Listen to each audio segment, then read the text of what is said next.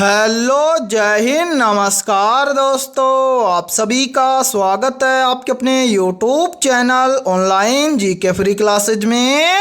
आज के इस क्लास में हम रेलवे ग्रुप डी परीक्षा 2025 के लिए मॉडल पेपर नंबर 13 लेकर आए हैं। और मेरे भाई इस 13वें मॉडल पेपर के अंदर हम उन्हीं क्वेश्चनों को कवर करेंगे जो क्वेश्चन आपके रेलवे ग्रुप डी एग्जाम 2025 के लिए इम्पोर्टेंट रहेंगे। इसलिए इस 13वें मॉडल पेपर को आपको कंप्लीट देखना है और इस मॉडल पेपर के एंड में आपको बताना है कि आपके टोटल कितने क्वेश्चन हैं सही होते हैं। और यदि आप हमारे इस यूट्यूब चैनल से पहली बार जुड़े हैं तो इस यूट्यूब चैनल को कर लीजिए सब्सक्राइब और बेल आइकन को प्रेस करना, ताकि ऐसी शानदार क्लास का नोटिफिकेशन आपको सबसे पहले देखने को मिले।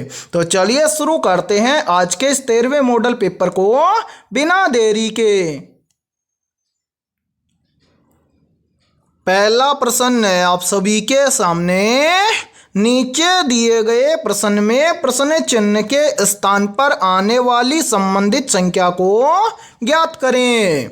यानी कि पहला प्रश्न आप सभी के सामने नंबर एनालॉजी से संबंधित प्रश्न दिया गया है और आपसे पूछा गया है कि इस प्रश्न चिन्ह के स्थान पर कौन सी संख्या आएगी। तो मेरे भाई इस टाइप के प्रश्न को आप एग्जाम में देखते ही फटाफट से कैसे सोल्व करेंगे तो वो देखिए जब भी इस टाइप का प्रश्न आपको एग्जाम में दिया जाए तो आपको क्या करना है। सबसे पहले आपको यहाँ पर पता करना है कि 13 का संबंध यहाँ पर 195 के साथ में किस प्रकार से है। फिर इसी प्रकार से आपको यहाँ पर पता करना है कि यहाँ पर 7 का संबंध 63 के साथ में किस प्रकार से है। फिर यही सेम लॉजिक हम लगाएंगे इस 18 के अंदर है और इस 18 से इस प्रश्न चिन्ह की वैल्यू ज्ञात करेंगे। तो मेरे भाई यहाँ पर देखिए इस प्रश्न को किस लॉजिक के आधार पर सोल्व किया गया है। तो यहाँ पर देखिए सबसे पहले हम क्या करेंगे, यहाँ पर पता करेंगे कि 13 से यहाँ पर 195 कैसे बना है। तो मेरे भाई यहाँ पर देखिए यहाँ पर 13 से 195 बनाने के लिए क्या किया गया है। सबसे पहले तो इस 13 के अंदर यहाँ पर +2 किया गया है। यदि हम 13 के अंदर +2 कर देंगे तो 13 और 2 मिलकर बन जाएगा 15। और मेरे भाई इस 15 का गुणा किया गया है इसी 13 के साथ में। तो यहाँ पर देखिए यदि हम 15 का गुणा 13 के साथ में कर देंगे तो यहाँ पर बन जाएगा 195। और ध्यान से देखिए 195 यहाँ पर आप सभी के सामने दिया गया है। अब इसी प्रकार से हम यहाँ पर देखते हैं कि 7 से यहाँ पर 63 से इसी प्रकार से बना है क्या। तो करेंगे क्या, सबसे पहले तो मेरे भाई इस 7 के अंदर हम क्या कर देंगे +2 कर देंगे। तो 7 और 2 मिलकर बन जाएगा 9 और इस 9 का हम गुणा कर देंगे इसी 7 के साथ में। तो यहाँ पर देखिए 9 का गुणा 7 के साथ में कर देंगे तो यहाँ पर बन जाएगा 9 7 63। और ध्यान से देखिए 63 यहाँ पर आप सभी के सामने दिया गया है। अब मेरे भाई यही सेम लॉजिक हम लगाएंगे 18 के अंदर है और 18 से इस प्रश्न चिन्ह की वैल्यू ज्ञात करेंगे। तो करेंगे क्या, सबसे पहले तो मेरे भाई इस 18 के अंदर हम क्या कर देंगे +2 कर देंगे। तो 18 और 2 मिलकर बन जाएगा 20। और मेरे भाई इस 20 का हम गुणा कर देंगे सेम इसी 18 के साथ में। तो यहाँ पर देखिए यदि हम 20 का गुणा 18 के साथ में कर देंगे तो यहाँ पर बन जाएगा 360। यानी कि इस प्रश्न चिन्ह के स्थान पर संख्या भरी जाएगी 360। अब हमें देखना है कि संख्या 360 किसी ऑप्शन में है। तो हाँ सर, संख्या 360 हमें दी गई है ऑप्शन ए के अंदर है। तो पहले प्रश्न के अंदर ऑप्शन ए हो जाएगा सभी का करेक्ट आंसर है। तो उम्मीद करता हूं कि पहला प्रश्न आपको अच्छे से क्लियर हो गया होगा। और जब भी इस टाइप का प्रश्न आपको एग्जाम में दिया जाएगा तो आप फटाफट से सोल्व कर लेंगे। ठीक है, तो चलिए फिर अगला प्रश्न देखते हैं। दूसरा प्रश्न है आप सभी के सामने। नीचे दी गई श्रृंखला श्रेणी में प्रश्नवाचक चिन्ह के स्थान पर कौन सी संख्या आएगी। यानी कि दूसरा प्रश्न आप सभी के सामने सीरीज से संबंधित प्रश्न दिया गया है और आपसे पूछा गया है कि इस सीरीज में इस प्रश्न चिन्ह के स्थान पर कौन सी संख्या आएगी। तो मेरे भाई जल्दी से एक काम कीजिए, इस प्रश्न को अपने स्तर से सोल्व करके कमेंट सेक्शन के अंदर कमेंट करके बताइए कि इस प्रश्न चिन्ह के स्थान पर कौन सी संख्या आएगी। तो उम्मीद करता हूं कि आपने इस प्रश्न को जरूर सोल्व किया होगा। तो आइए देखते हैं कि आपका आंसर क्या आया है। तो मेरे भाई जब भी आपको एग्जाम के अंदर सीरीज से संबंधित प्रश्न दिया जाए तो आपको क्या करना है, सबसे पहले आपको यह देखना है कि सीरीज में आपको क्या क्या दिया गया है। तो मेरे भाई यहाँ पर देखिए सीरीज में हमें दिया गया है सबसे पहले 7, 7 के बाद में 12, 12 के बाद में 22, 22 के बाद में 42, 42 के बाद में 82 और 82 के बाद में हमसे पूछा गया है कि इस प्रश्न चिन्ह के स्थान पर कौन सी संख्या आएगी। तो मेरे भाई यहाँ पर ध्यान से देखिए इस प्रश्न को किस लॉजिक के आधार पर सोल्व किया गया है। तो मेरे भाई यहाँ पर देखिए इस सीरीज में हमें संख्या दी गई है सबसे पहले 7, 7 के बाद में संख्या है 12। तो मेरे भाई 7 से 12 कैसे बनेगा, तो यहाँ पर देखिए 7 से 12 बन जाएगा कैसे, यदि मेरे भाई हम क्या करें इस 7 का गुणा कर दे किसके साथ में, 2 के साथ में। तो यहाँ पर बन जाएगा 7 दूना के 14 और यदि हम इस 14 में से क्या कर दें -2 कर दें तो यहाँ पर बन जाएगा 12। फिर इसी प्रकार से देखिए 12 से कितना बन रहा है 22, तो 12 से 22 कैसे बनेगा। तो मेरे भाई यहाँ पर देखिए यदि हम इस 12 का क्या कर दें सबसे पहले 2 के साथ में गुणा कर दें तो यहाँ पर बन जाएगा 12 दूना के 24 और यदि हम इस 24 में से क्या कर दें -2 कर दें तो यहाँ पर बन जाएगा 22। फिर देखिए 22 से कितना बन रहा है 42, तो 22 से 42 कैसे बनेगा। तो यहाँ पर भी देखिए यदि हम इस 22 का क्या कर दें सबसे पहले 2 के साथ में गुणा कर दें तो यहाँ पर बन जाएगा 22 दूना के 44 और इस 44 में से यदि हम -2 कर दें तो यहाँ पर बचेगा 42। अब इसी प्रकार से आगे देखिए 42 से आगे दिया गया है 82। तो मेरे भाई 42 से 82 कैसे बनेगा।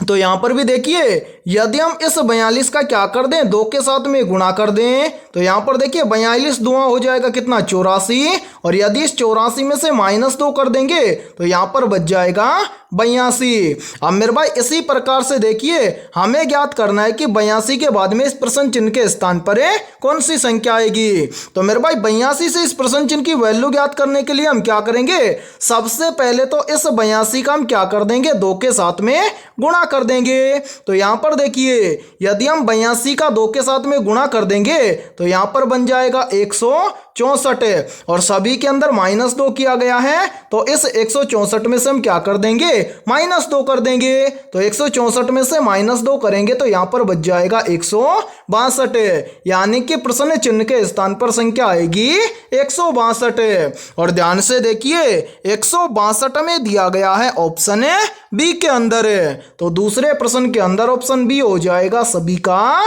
करेक्ट आंसर है। तो उम्मीद करता हूं कि दूसरा प्रश्न आपको अच्छे से क्लियर हो गया होगा और जब भी इस टाइप का प्रश्न आपको एग्जाम में दिया जाएगा तो फटाफट से सोल्व कर लेंगे, ठीक है। तो चलिए फिर अगला प्रश्न देखते हैं।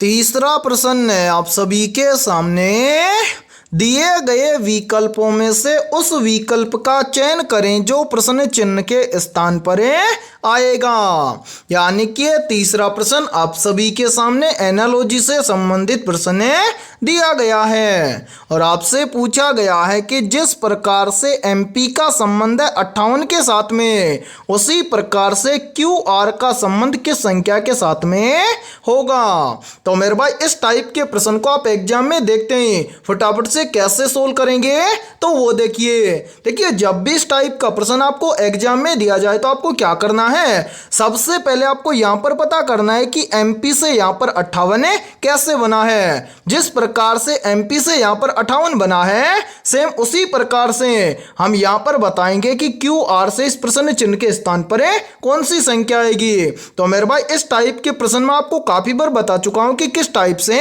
सोल्व करेंगे। तो मेरे भाई देखिए जब भी आपको अल्फाबेट लेटर से संख्या ज्ञात करनी हो तो आपको क्या करना है, सबसे पहले आपके सामने दिए गए जितने भी अल्फाबेट लेटर हैं उन सभी का आपको कर लेना है नंबरिंग।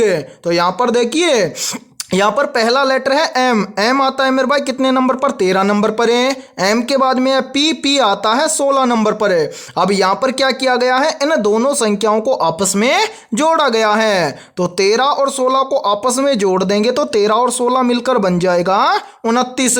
अब 29 से 58 बनाने के लिए क्या किया गया है मेरे भाई? इस 29 का किया गया है 2 के साथ में गुणा। तो यहाँ पर देखिए 29 दुआ के हो जाएगा 58। और ध्यान से देखिए 58 यहाँ पर आप सभी के सामने दिया गया है। अब यही सेम लॉजिक हम लगाएंगे क्यू आर के अंदर है और क्यू आर से इस प्रश्न चिन्ह की वैल्यू ज्ञात करेंगे। तो करेंगे क्या? सबसे पहले तो मेरे भाई इन दोनों अल्फाबेट लेटर का करेंगे नंबरिंग। तो यहाँ पर ध्यान से देखिए क्यू लेटर आता है कितने नंबर पर? 17 नंबर पर है। और मेरे भाई आर लेटर आता है 18 नंबर पर है। अब यहाँ पर यदि हम इन दोनों संख्याओं को आपस में जोड़ लें तो 17 और 18 मिलकर बन जाएगा 35। और मेरे भाई यदि हम इस 35 का भी क्या कर दें? 2 के साथ में गुणा कर दें तो यहाँ पर बन जाएगा 35 दुआ के 70। यानी कि इस प्रश्न चिन्ह के स्थान पर संख्या भरी जाएगी 70। अब हमें देखना है कि संख्या 70 किसी ऑप्शन में है। तो आंसर है संख्या 70 में दी गई है ऑप्शन ए के अंदर है। तो तीसरे प्रश्न के अंदर ऑप्शन ए हो जाएगा सभी का करेक्ट आंसर है। तो उम्मीद करता हूं कि तीसरा प्रश्न भी आपको अच्छे से क्लियर हो गया होगा। और जब भी इस टाइप का प्रश्न आपको एग्जाम में दिया जाएगा तो फटाफट से सोल्व कर लेंगे, ठीक है। और मेरे भाई यहाँ पर देखिए आप सभी के लिए बहुत ही इंपॉर्टेंट सूचना है। यदि आप पहली बार के अंदर रेलवे ग्रुप डी एग्जाम 2025 को क्रैक करना चाहते हैं तो हमने आपके रेलवे ग्रुप डी एग्जाम 2025 के लिए जीके, जीएस, साइंस, मैथमेटिक्स और रीजनिंग यानी कि ऑल सब्जेक्ट के ऊपर मोस्ट इंपोर्टेंट क्वेश्चंस का मास्टर पीडीएफ सेट तैयार किया है। और जो भी अभ्यर्थी ये मास्टर पीडीएफ सेट लेना चाहता है वो हमारे इस व्हाट्सएप नंबर पर कांटेक्ट करके ले सकता है। और इस मास्टर पीडीएफ सेट की प्राइस हमने रखी है मात्र और मात्र 80 रुपए। यानी कि 80 रुपए के अंदर आपको रामबाण क्वेश्चनों का मास्टर पीडीएफ सेट दिया जाएगा। और मेरे भाई इस मास्टर पीडीएफ सेट के अंदर हमने लगभग 25,000 प्लस मोस्ट इंपोर्टेंट क्वेश्चनों को शामिल किया है। और सभी क्वेश्चन आपको फुल सॉल्यूशन के साथ में मिलने वाले हैं। और मैं आप सभी को एक गारंटी देता हूं यदि आप इन 25,000 क्वेश्चनों को अच्छे से तैयार कर लेते हो तो आप पहली बार के अंदर रेलवे ग्रुप डी एग्जाम 2025 को क्रैक कर जाओगे। तो जल्दी से जाइए और इस व्हाट्सएप नंबर पर आप कांटेक्ट करके इस मास्टर पीडीएफ सेट को ले लीजिए और एग्जाम से पहले अपनी तैयारी को मजबूत बना लीजिए। और यदि आपको किसी भी क्वेश्चन के अंदर कोई भी डाउट हो तो आप उस क्वेश्चन का स्क्रीनशॉट लेके हमारे व्हाट्सएप नंबर पर शेयर कर देना। उस क्वेश्चन का फुल सॉल्यूशन आपको मिल जाएगा, ठीक है। तो चलिए फिर अगला प्रश्न देखते हैं। चौथा प्रश्न है आप सभी के सामने। यदि किसी घड़ी में दर्पण प्रतिबिंब समय 10:40 हो रहा हो तो वास्तविक समय क्या होगा? यानी कि चौथा प्रश्न आप सभी के सामने मिरर इमेज से संबंधित प्रश्न दिया गया है। तो मेरे भाई इस टाइप के प्रश्न को आप एग्जाम में मात्र 2 से 3 सेकंड में कैसे सोल्व करेंगे तो वो देखिए जब भी इस टाइप का प्रश्न आपको एग्जाम में दिया जाए तो आपको क्या करना है, इसके लिए एक बहुत ही शानदार फॉर्मूला है। जब भी आपको दर्पण प्रतिबिंब में समय दिया जाए और वास्तविक समय आपसे पूछा जाए तो आपको क्या करना है, 11:60 में से दिए गए समय को घटा देना है, ठीक है। अब यहाँ पर देखिए दर्पण प्रतिबिंब में हमें समय दिया गया है 10:40 और हमसे पूछा गया है कि वास्तविक समय क्या होगा। तो मेरे भाई हम क्या करेंगे, इस 11:60 में से 10:40 को घटा देंगे। तो यहाँ पर ध्यान से देखिए यदि हम 11:60 में से 10:40 को घटा देंगे तो यहाँ पर देखिए मेरे भाई देखिए यदि हम 60 में से 40 को घटा देंगे तो यहाँ पर बचेगा 20 और 11 में से 10 को घटा देंगे तो यहाँ पर बचेगा 1। यानी कि दर्पण प्रतिबिंब समय 10:40 हो रहा है तो वास्तविक समय होगा 1:20। अब हमें देखना है कि 1:20 किसी ऑप्शन में दिया गया है, तो हाँ सर 1:20 हमें दिया गया है ऑप्शन डी के अंदर। तो चौथे प्रश्न के अंदर ऑप्शन डी हो जाएगा सभी का करेक्ट आंसर। तो उम्मीद करता हूं कि चौथा प्रश्न भी आपको अच्छे से क्लियर हो गया होगा। और जब भी इस टाइप का प्रश्न आपको एग्जाम में दिया जाएगा तो आप फटाफट से सोल्व कर लेंगे। ठीक है, तो चलिए फिर अगला प्रश्न देखते हैं। पांचवा प्रश्न है आप सभी के सामने। नीचे दी गई श्रृंखला श्रेणी में प्रश्नवाचक चिन्ह के स्थान पर कौन सी संख्या आएगी? यानी कि पांचवा प्रश्न आप सभी के सामने सीरीज से संबंधित प्रश्न दिया गया है और आपसे पूछा गया है कि इस सीरीज में इस प्रश्न चिन्ह के स्थान पर कौन सी संख्या आएगी। तो मेरे भाई इस टाइप के प्रश्न को आप एग्जाम में देखते ही मात्र 2 से 3 सेकंड में कैसे सोल्व करेंगे, तो वो देखिए जब भी आपको एग्जाम के अंदर सीरीज से संबंधित प्रश्न दिया जाए तो आपको क्या करना है, सबसे पहले आपको ये देखना है कि सीरीज में आपको क्या क्या दिया गया है। तो यहाँ पर देखिए सीरीज में हमें दिया गया है सबसे पहले 7, 7 के बाद में 8, 8 के बाद में 11, 11 के बाद में 16, 16 के बाद में 23 और 23 के बाद में हमसे पूछा गया है कि इस प्रश्न चिन्ह के स्थान पर कौन सी संख्या आएगी। तो मेरे भाई यहाँ पर ध्यान से देखिए इस सीरीज को किस लॉजिक के आधार पर सोल्व किया गया है। तो यहाँ पर देखिए सीरीज में हमें सबसे पहले संख्या दी गई है 7, 7 के बाद में संख्या दी गई है 8। तो मेरे भाई 7 से 8 बन जाएगा कैसे, तो यहाँ पर देखिए यदि हम 7 के अंदर क्या कर दें +1 कर दें तो यहाँ पर बन जाएगा 8। फिर देखिए 8 से कितना बन रहा है 11, तो 8 से 11 कैसे बनेगा, तो यहाँ पर देखिए यदि हम 8 के अंदर क्या कर दें +3 कर दें तो यहाँ पर बन जाएगा 11। फिर देखिए 11 से कितना बन रहा है 16, तो 11 से 16 कैसे बनेगा, तो यहाँ पर देखिए यदि हम 11 के अंदर क्या कर दें +5 कर दें तो मेरे भाई 11 और 5 मिलकर बन जाएगा 16। फिर देखिए 16 से कितना बन रहा है 23, तो 16 से 23 कैसे बनेगा, तो यहाँ पर देखिए यदि हम 16 के अंदर क्या कर दें +7 कर दें तो 16 और 7 मिलकर बन जाएगा 23।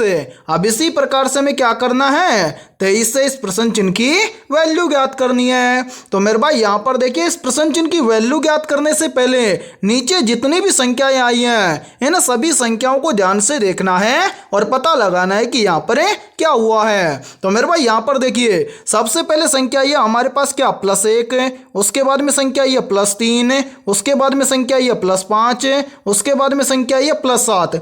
यानी कि सभी में क्या हो रहा है प्लस हो रहा है, तो आगे भी क्या होगा प्लस होगा। लेकिन कितना प्लस होगा वो देखिए, यहाँ पर देखिए मेरे भाई 1 से कितना बन रहा है 3 है, तो देखिए यदि हम 1 के अंदर क्या कर दें +2 कर दें तो 1 और 2 मिलकर बन जाएगा 3 है। फिर देखिए 3 से कितना बन रहा है 5, तो यहाँ पर देखिए यदि हम 3 के अंदर भी क्या कर दें +2 कर दें तो 3 और 2 मिलकर बन जाएगा 5। फिर देखिए 5 से कितना बन रहा है 7 है, तो यहाँ पर देखिए यदि हम 5 के अंदर भी क्या कर दें +2 कर दें तो 5 और 2 मिलकर बन जाएगा 7।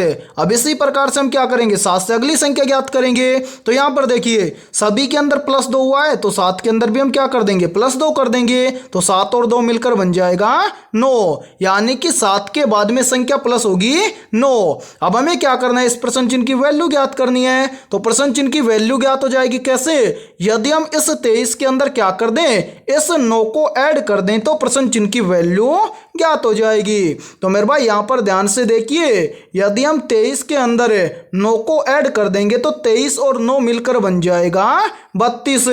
यानी कि इस प्रश्न चिन्ह के स्थान पर संख्या भरी जाएगी 32। और ध्यान से देखिए 32 हमें दिया गया है ऑप्शन ए के अंदर है, तो पांचवें प्रश्न के अंदर ऑप्शन ए हो जाएगा सभी का करेक्ट आंसर है। तो उम्मीद करता हूं कि जब भी आपको एग्जाम के अंदर सीरीज से संबंधित प्रश्न दिया जाएगा तो आप फटाफट से सोल्व कर लेंगे। ठीक है, तो चलिए फिर अगला प्रश्न देखते हैं। छठा प्रश्न है आप सभी के सामने। डेसिबल किसे मापने के लिए प्रयोग में लाया जाता है? ऑप्शन ए ऊर्जा को, ऑप्शन बी है दूरी को, ऑप्शन सी है ध्वनि को और ऑप्शन डी है इनमें से कोई नहीं। तो यहाँ पर देखिए इन चारों में से करेक्ट आंसर हो जाएगा सभी का ऑप्शन है सी, यानी कि डेसिबल ध्वनि को मापने के लिए प्रयोग में लाया जाता है। तो छठे प्रश्न के अंदर करेक्ट आंसर हो जाएगा सभी का ऑप्शन है सी। और मेरे भाई ये प्रश्न आरआरबी ग्रुप डी एग्जाम 2022 के अंदर पूछा गया प्रश्न है। ठीक है, तो चलिए फिर अगला प्रश्न देखते हैं। सातवां प्रश्न है आप सभी के सामने, निम्नलिखित में से रक्षात्मक पदार्थ किसे कहा जाता है? ऑप्शन ए है विटामिन को, ऑप्शन बी है प्रोटीन को, ऑप्शन सी है कार्बोहाइड्रेट को और ऑप्शन डी है वसा को। तो यहाँ पर देखिए इन चारों में से करेक्ट आंसर हो जाएगा सभी का ऑप्शन है ए, यानी कि रक्षात्मक पदार्थ कहा जाता है विटामिन को। तो सातवें प्रश्न के अंदर करेक्ट आंसर हो जाएगा सभी का ऑप्शन है ए। तो चलिए फिर अगला प्रश्न देखते हैं। आठवां प्रश्न है आप सभी के सामने, निम्न में से रॉकेट किस सिद्धांत पर कार्य करता है? या फिर देखिए इसी प्रश्न को एग्जाम के अंदर घुमाकर ऐसे भी पूछ लिया जाता है। प्रश्न पूछा जाता है कि रॉकेट किस सिद्धांत या किस नियम पर कार्य करता है। तो यहाँ पर देखिए इन चारों में से करेक्ट आंसर हो जाएगा सभी का ऑप्शन है सी, यानी कि रॉकेट न्यूटन के गति के तृतीय नियम पर कार्य करता है। तो आठवें प्रश्न के अंदर करेक्ट आंसर हो जाएगा सभी का ऑप्शन है सी। तो चलिए फिर अगला प्रश्न देखते हैं। नौवां प्रश्न है आप सभी के सामने, इस्पात के गोले में पदार्थ की मात्रा उसका क्या होता है? मेरे भाई ये प्रश्न आरआरबी ग्रुप डी एग्जाम 2018 के अंदर पूछा गया प्रश्न है। प्रश्न पूछा गया था कि इस्पात के गोले में पदार्थ की मात्रा उसका क्या होता है। तो मेरे भाई यहाँ पर देखिए इन चारों में से करेक्ट आंसर हो जाएगा सभी का ऑप्शन है बी, यानी कि इस्पात के गोले में पदार्थ की मात्रा उसका द्रव्यमान होता है। तो नौवें प्रश्न के अंदर करेक्ट आंसर हो जाएगा सभी का ऑप्शन है बी। और मेरे भाई हमने इस क्लास के अंदर बहुत ही इंपॉर्टेंट क्वेश्चनों को कवर किया है, इसलिए सभी को इस क्लास के अंदर एंड तक बने रहना है। ठीक है, तो चलिए फिर अगला प्रश्न देखते हैं। 10वां प्रश्न है आप सभी के सामने, इलेक्ट्रिक बल्ब के निर्माण में किस कांच का उपयोग होता है? तो यहाँ पर देखिए इन चारों में से करेक्ट आंसर हो जाएगा सभी का ऑप्शन है सी, यानी कि इलेक्ट्रिक बल्ब के निर्माण में फ्लिंट कांच का उपयोग होता है। तो 10वें प्रश्न के अंदर करेक्ट आंसर हो जाएगा सभी का ऑप्शन है सी। और मेरे भाई यहाँ पर देखिए यदि ये क्लास आपको पसंद आ रही है तो जल्दी से एक बार इस क्लास को लाइक कर दीजिए, और यदि आप हमारे इस YouTube चैनल से पहली बार जुड़े हैं तो इस YouTube चैनल को कर लीजिए सब्सक्राइब और बेल आइकन को प्रेस करना, ताकि ऐसी शानदार क्लास का नोटिफिकेशन आपको सबसे पहले देखने को मिले। और मेरे भाई आपके जितने भी दोस्त आरआरबी ग्रुप डी एग्जाम 2025 की तैयारी कर रहे हैं तो उनके पास भी इस क्लास को ज़्यादा से ज़्यादा शेयर करें। ठीक है, तो चलिए फिर अगला प्रश्न देखते हैं। 11वां प्रश्न है आप सभी के सामने, किसी द्रव का उसके क्वथनांक से पूर्व उसके वाष्प में बदलने की प्रक्रिया को क्या कहते हैं? ऑप्शन ए है वाष्पीकरण, ऑप्शन बी है संघनन, ऑप्शन सी है हिमीकरण और ऑप्शन डी है इनमें से कोई नहीं। तो यहाँ पर देखिए इन चारों में से करेक्ट आंसर हो जाएगा सभी का ऑप्शन है ए, यानी कि किसी द्रव का उसके क्वथनांक से पूर्व उसके वाष्प में बदलने की प्रक्रिया को कहते हैं वाष्पीकरण। तो 11वें प्रश्न के अंदर करेक्ट आंसर हो जाएगा सभी का ऑप्शन है ए। तो चलिए फिर अगला प्रश्न देखते हैं। 12वां प्रश्न है आप सभी के सामने, निम्नलिखित में से कौन सा एक परमाणु का भाग नहीं है? ऑप्शन ए है इलेक्ट्रॉन, ऑप्शन बी है प्रोटॉन, ऑप्शन सी है न्यूट्रॉन और ऑप्शन डी है फोटोन। तो यहाँ पर देखिए इन चारों में से करेक्ट आंसर हो जाएगा सभी का ऑप्शन है डी, यानी कि इन सभी में से फोटोन परमाणु का भाग नहीं है। तो 12वें प्रश्न के अंदर करेक्ट आंसर हो जाएगा सभी का ऑप्शन है डी। तो चलिए फिर अगला प्रश्न देखते हैं।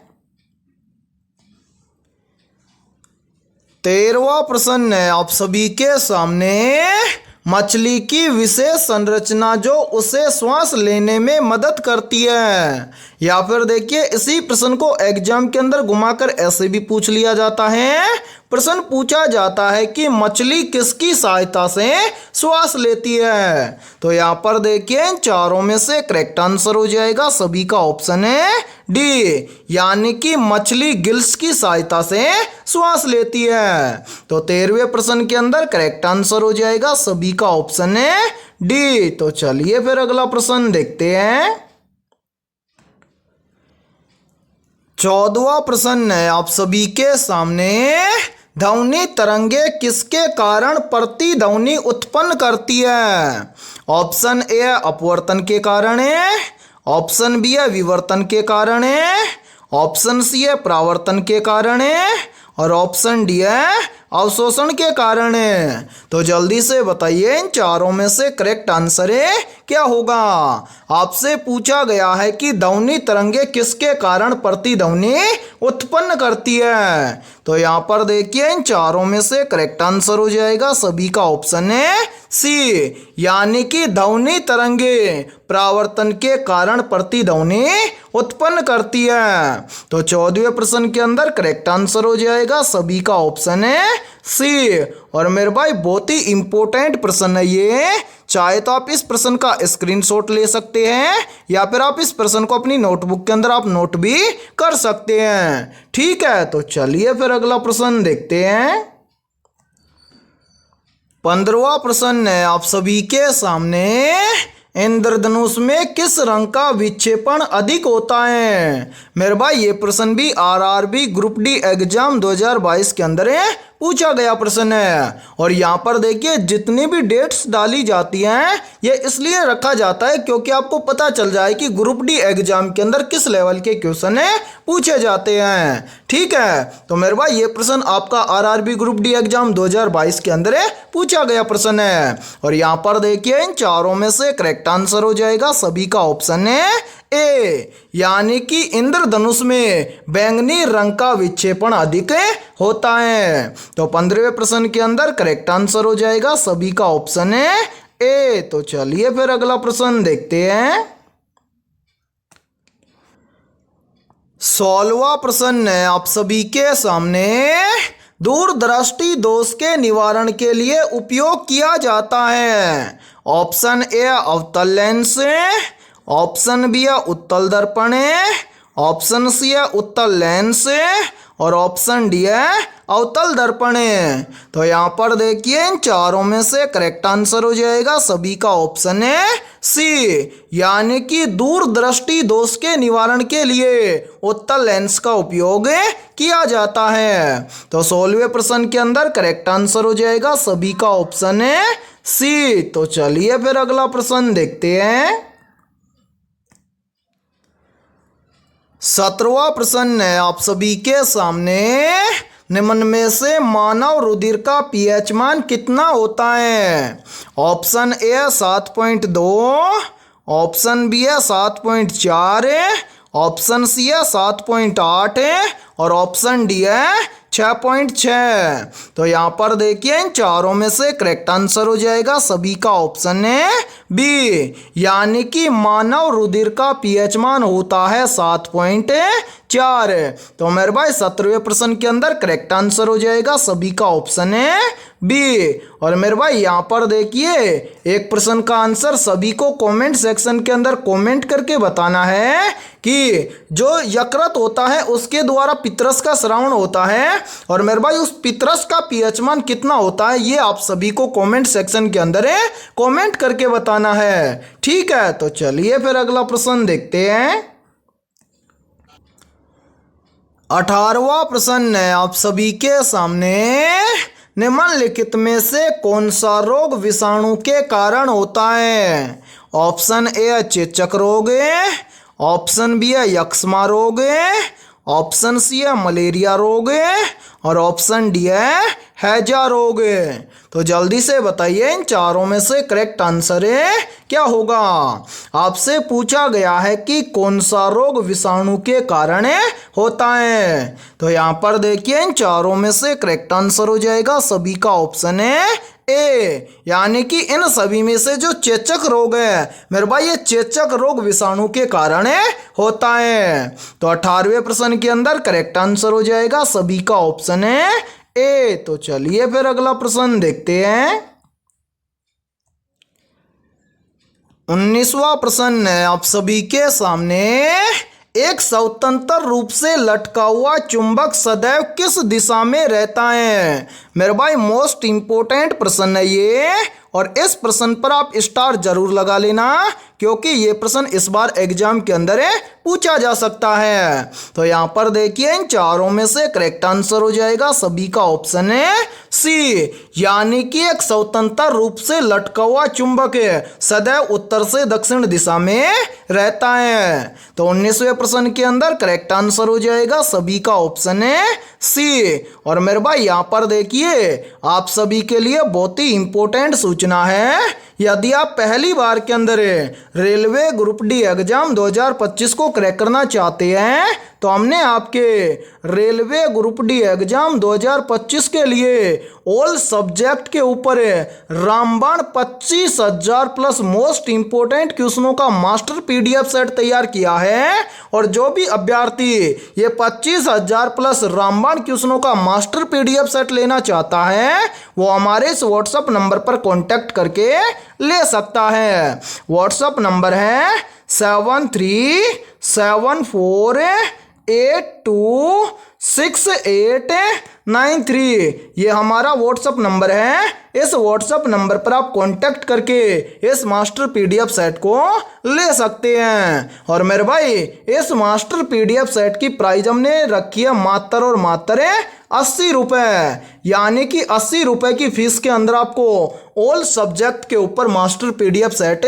दिया जाएगा। और मेरे भाई मैथ और रीजनिंग को हमने फुल सॉल्यूशन के साथ में कवर किया है। और मैं आप सभी को ये गारंटी देता हूँ यदि आप एग्जाम से पहले इन 25,000 क्वेश्चनों को अच्छे से तैयार कर लेते हो तो आप पहली बार के अंदर रेलवे ग्रुप डी एग्जाम 2025 को क्रैक कर जाओगे। और मेरे भाई ये पीडीएफ सेट लेने के लिए हम इसलिए बोल रहे हैं क्योंकि एग्जाम तक हम इन 25,000 क्वेश्चनों को आपको क्लास के माध्यम से तैयार नहीं करवा पाएंगे, इसलिए आपको इसको पहले से लेकर रखना है और एग्जाम से पहले अपनी तैयारी को मजबूत बना लेना है। ठीक है, तो चलिए फिर अगला प्रश्न देखते हैं। 20वां प्रश्न है आप सभी के सामने। निम्नलिखित में से कौन सा पदार्थ बहुत कठोर और बहुत तन्य है? ऑप्शन ए है नाइक्रोम, ऑप्शन बी है टंगस्टन, ऑप्शन सी है आयरन और ऑप्शन डी है इनमें से कोई नहीं। तो यहाँ पर देखिए इन चारों में से करेक्ट आंसर हो जाएगा सभी का ऑप्शन है बी, यानी कि इन सभी में से जो टंगस्टन पदार्थ है ये बहुत कठोर और बहुत तन्य है। तो 20वें प्रश्न के अंदर करेक्ट आंसर हो जाएगा सभी का ऑप्शन है बी। तो मेरे भाई आज की इस क्लास के अंदर इतना ही। यदि ये क्लास आपको पसंद आई है तो जल्दी से एक बार इस क्लास को लाइक कर दीजिए। और यदि आप हमारे इस YouTube चैनल से पहली बार जुड़े हैं तो इस YouTube चैनल को कर लीजिए सब्सक्राइब और बेल आइकन को प्रेस करना ताकि ऐसी शानदार क्लास का नोटिफिकेशन आपको सबसे पहले देखने को मिले। और मेरे भाई आज की इस क्लास के अंदर हमने 20 बहुत ही इंपॉर्टेंट क्वेश्चन करवाए हैं। तो इन 20 में से आपके कितने क्वेश्चन सही होते हैं सभी को कमेंट सेक्शन के अंदर कमेंट करके बताना है। और जिन भी अभ्यर्थियों के इन 20 में से लगभग 18 प्लस क्वेश्चन सही हुए हैं तो समझना उनकी तैयारी बेहतर है। तो फिर मिलते हैं ऐसे ही बेहतरीन क्वेश्चनों के साथ सुबह 11 बजे।